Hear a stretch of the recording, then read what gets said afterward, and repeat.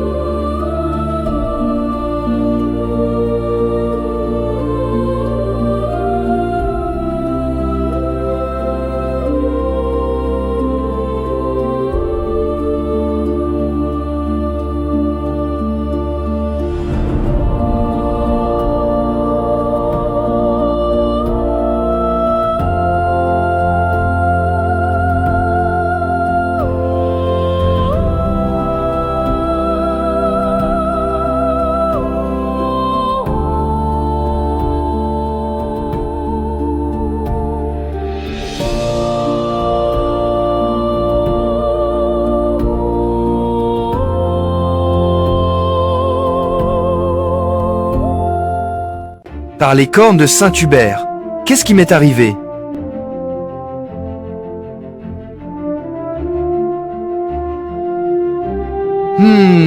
Je ne me souviens même plus si j'étais plutôt chevalier ou fermier. Mais je suis sûr d'une chose, c'est pas une bonne journée pour être sur ce terrain. Les corbeaux ont déjà commencé le festin, à ce que je vois.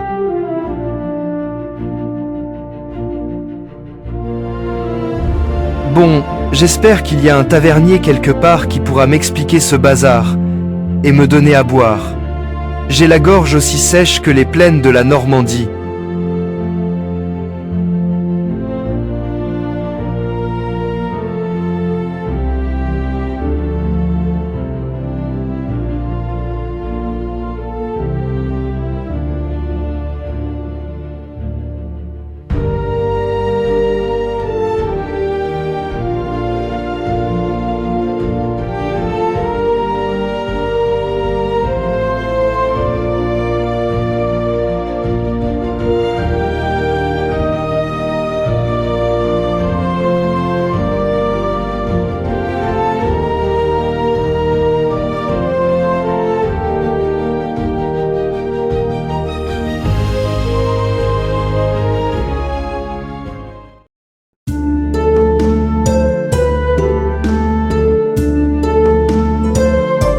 Que fais-je en ce Chastel, en ce lieu étrange?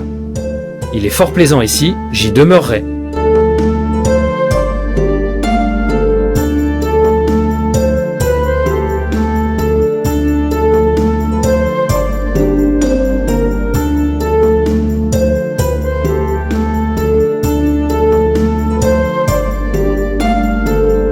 Qu'on fasse entrer Monseigneur le roi dans la grande salle, qu'il soit accueilli comme il se doit.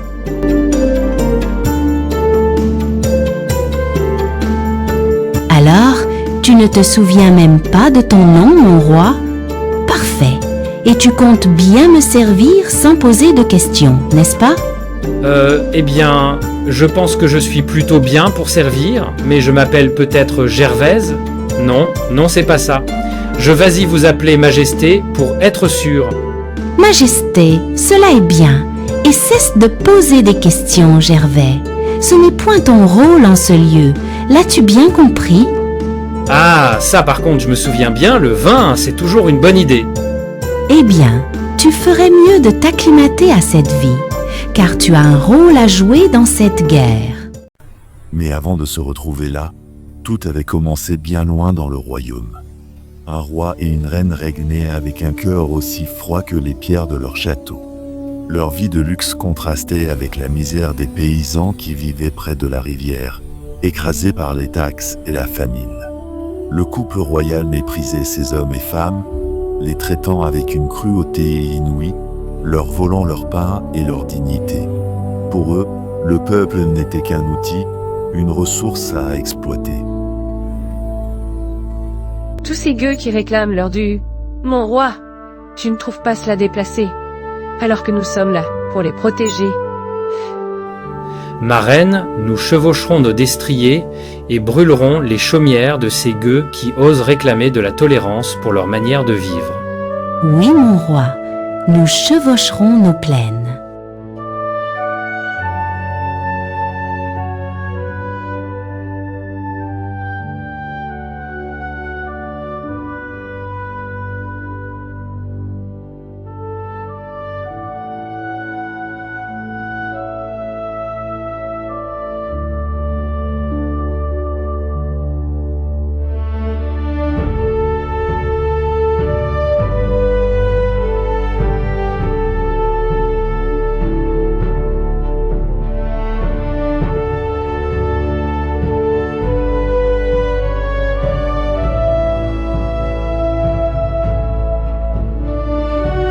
Véritablement pitoyable, vous, misérables paysans et gueux, il vous sied de vous agenouiller devant votre roi et votre reine.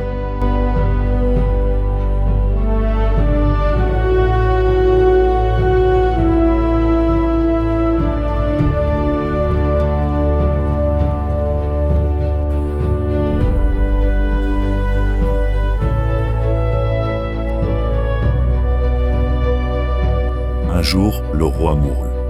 Une maladie fulgurante emporta le souverain et la reine se retrouva seule. Une bataille se prépara et un vide de pouvoir s'installa dans le royaume. C'est alors qu'un étrange hasard, ou peut-être un cruel destin, fit que la reine croisa la route d'un paysan. Ce dernier ressemblait à son défunt mari, avec une telle précision qu'il aurait pu être son jumeau. Même silhouette, même regard, même démarche. En proie à la solitude et à la soif de pouvoir, la reine eut une idée aussi terrible qu'ingénieuse. Elle fit appel à la sorcière la plus malfaisante du royaume, une créature hideuse qui vivait dans la forêt noire. Elle lui demanda de jeter un sort sur cet homme, de le transformer en roi et de lui faire oublier sa vie de paysan.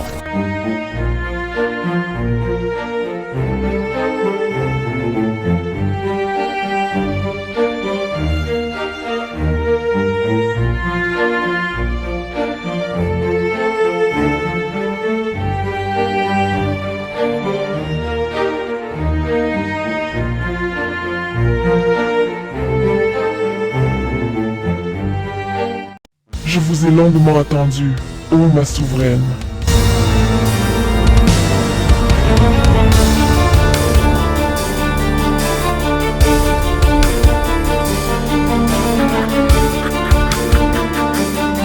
Oh, vous savez, Votre Majesté, que la magie n'a point de terme exact, mais sachez que tout pouvoir exige son prix. Un prix? Oh, ne vous en alarmez point, Morgane. J'ai bien l'intention de m'acquitter de ma dette. Mais de sorte à ce que l'on ne me prenne point tout le royaume, n'est-ce pas? Et vous qui serez la maîtresse du jeu, Votre Majesté. Mais n'oubliez point que les dés peuvent être capricieux.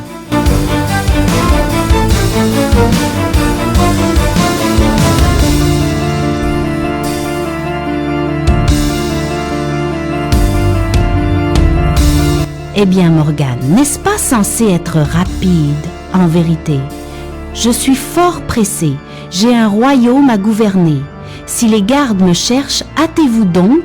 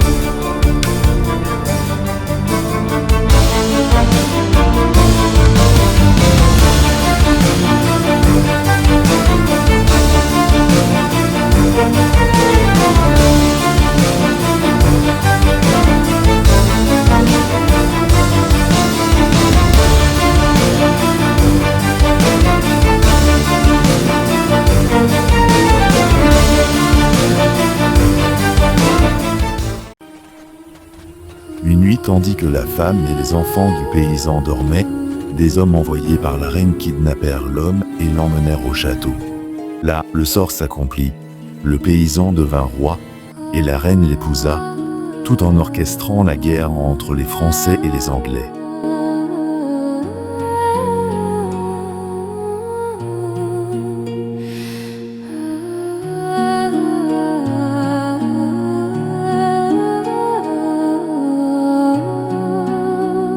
Mais malgré son nouveau statut, le paysan n'oublia jamais les gens de son passé.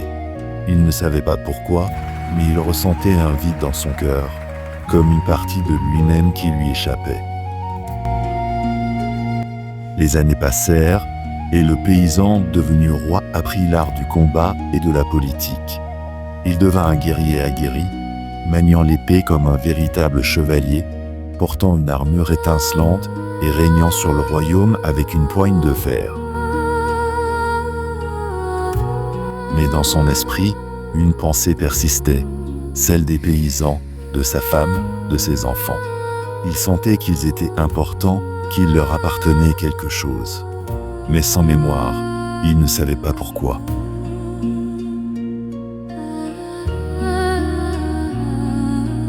Un jour, alors qu'il devait se rendre à une autre région pour mener une bataille décisive contre les Anglais, un incident imprévu se produisit. Après avoir fait une pause pour soulager ses besoins dans la forêt, il entendit une voix douce et familière. Intrigué, il la suivit à travers les arbres, jusqu'à ce qu'il arrive dans un village.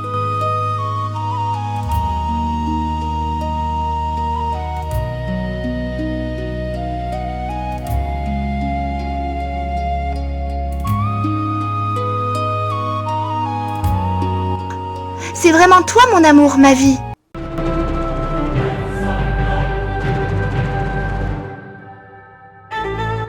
Je ne sais pas, mais vous avez l'air de me connaître mieux que moi-même. Vous êtes ma femme, non? Ils avaient mis au point un plan audacieux pour capturer la sorcière, l'espoir au cœur. Si tout se passait comme prévu, le sort qui pesait sur lui serait enfin brisé. La clé de leur réussite résidait dans un seul acte: enchaîner la sorcière, emprisonner son pouvoir maléfique, et ainsi libérer la malédiction de son corps ténébreux.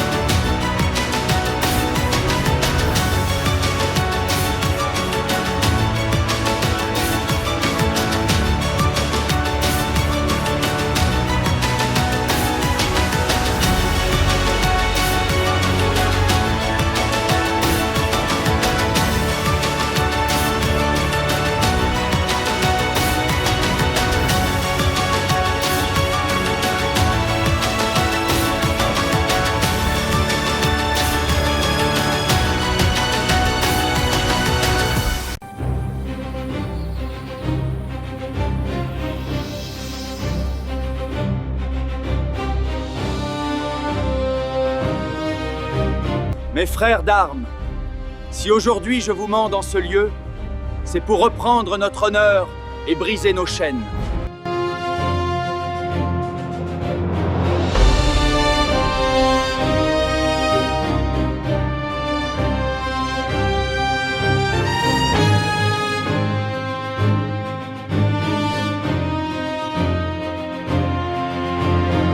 Ce Gervais m'a trahi. Ces gueux assiègent à présent mes portes. Qu'on monte sur le champ la sorcière.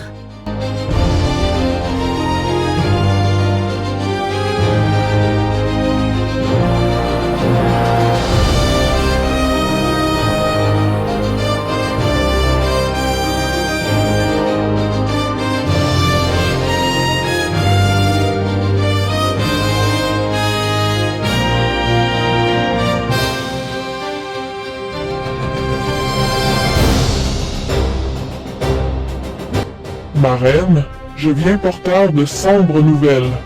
Le sort qui liait Gervais à notre volonté s'est dissipé. Il n'est plus sous notre emprise. Pire encore, il s'assemble en secret une armée, une force telle que nul ne pourra l'arrêter. Une armée? Comment cela se pourrait-il? Gervais n'est qu'un traître sans pouvoir. Dites-moi, sorcière, quels sont les signes de cette menace? Les signes sont là, ô reine. De sombres créatures se rassemblent sous sa bannière, et ses partisans sont nombreux. La terre elle-même semble se soulever en sa faveur. Il est devenu plus puissant que jamais.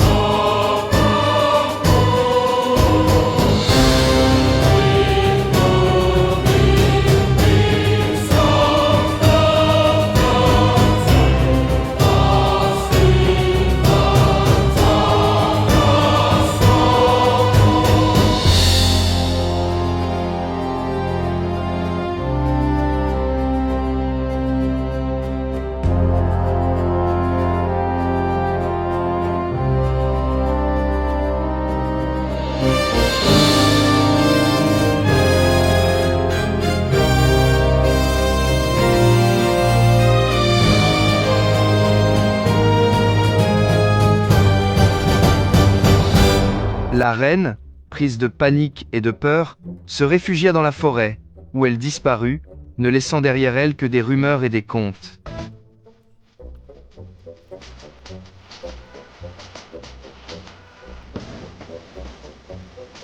Le paysan et sa famille retournèrent au château, où il redevint le souverain légitime.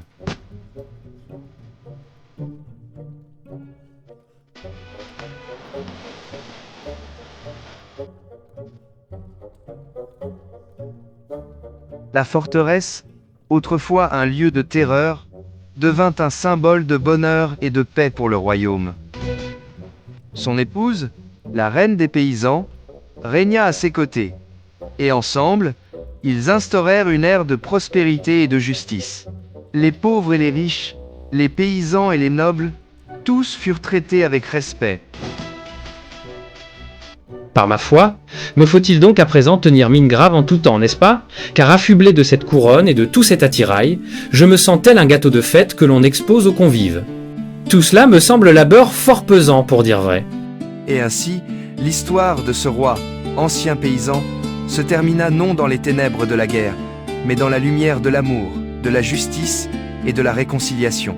Les marécages avaient laissé place à des champs verdoyants, et la terre qui avait été foulée par la guerre se releva pour fleurir sous un nouveau règne, un règne de sagesse et de bonheur.